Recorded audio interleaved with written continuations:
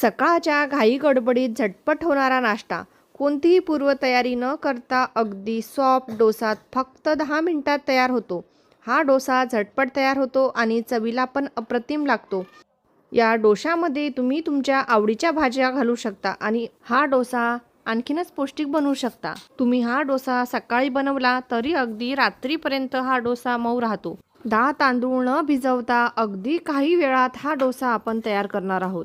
मुलांना शाळेच्या डब्यामध्ये देण्यासाठी उत्तम पर्याय आहे. तर पहा किती पातळ आणि वाफाळता डोसा तयार आहे.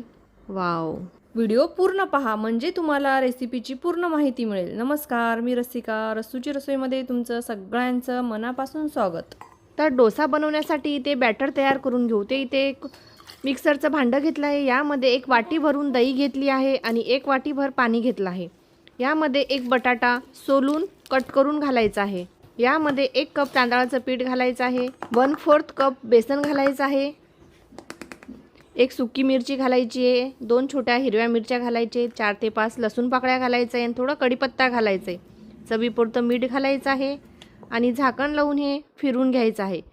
तर इथे मी फिरून घेतलं आहे आणि बॅटर तुम्ही पाहू शकता. डोशाचं बॅटर इथे तयार झालं आहे. तुम्ही घरातील कुठलाही भांडं एक प्रमाणासाठी घेऊ शकता. त्याच वाटेने सगळं मोजून घ्या. इथे परफेक्ट आपला बॅटर तयार झाला आहे.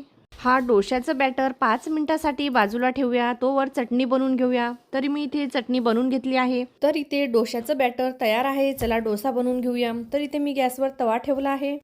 तव्याला ऑइल लावून घेतलं आहे. यावर बॅटर घालूया आणि डोसा बनवून घेऊया. या बॅटरला फुलपात्राने तव्यावर पसरवून घेऊया. पातळ असं मी पसरवून घेणार आहे. डोसा वरून थोडा कोरडा झाला की याला वरून तूप, बटर, ऑइल लावून घ्या.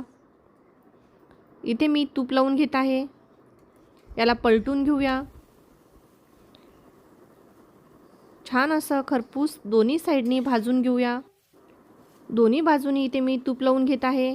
बॅटरमध्ये आपण बटाटा, दही घातलं आहे त्यामुळे डोसा छान असं मऊ झाला आहे आणि चवीला पण अप्रतिम झाला आहे. याच प्रकारे आपण राहिलेल्या पिठांचे पण डोसे बनवून घेऊया. जवळून दाखवते, तुम्ही पाहू शकता. तर पहा किती पातळ आणि वाफाळता डोसा तयार आहे. वाव! आणि या डोशासोबत छान अशी नारळाची चटणी, अप्रतिम कॉम्बिनेशन. तर तुम्हाला हा व्हिडिओ कसा वाटला कमेंट करून नक्की कळवा. व्हिडिओ तुमच्या मित्रमैत्रिणी नातेवाईकांना शेअर करा. प्लीज एक लाईक करा. धन्यवाद.